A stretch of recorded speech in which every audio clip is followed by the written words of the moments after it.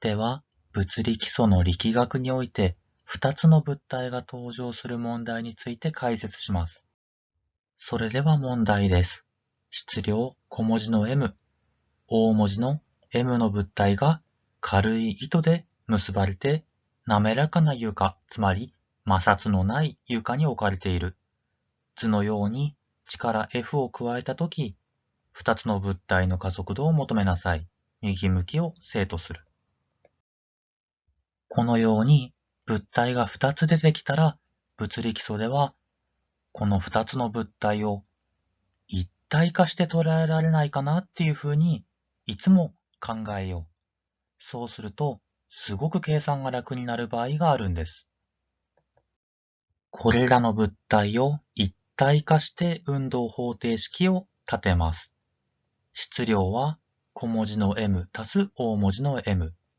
質量は小文字の m 足す大文字の m。で、今回求めたい加速度が a。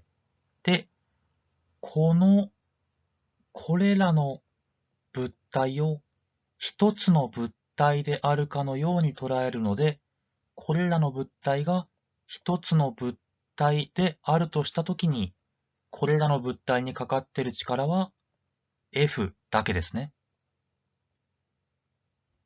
これらの一体化した物体にかかっている力は F だけ。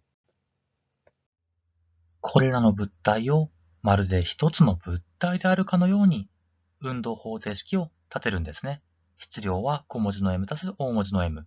で、左右方向を考えたときに、この物体、この大きな黄色の物体にかかっている力は F だけ。で、加速度について、この方程式を解けば答えが出るわけです。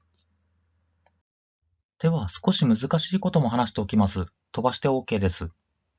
さっきは一体化して捉えた、それぞれの物体、そのそれぞれの物体について左右方向の運動方程式を立てることもできます。右向きを正として、この物体の運動方程式はこれ。この物体の運動方程式はこれ。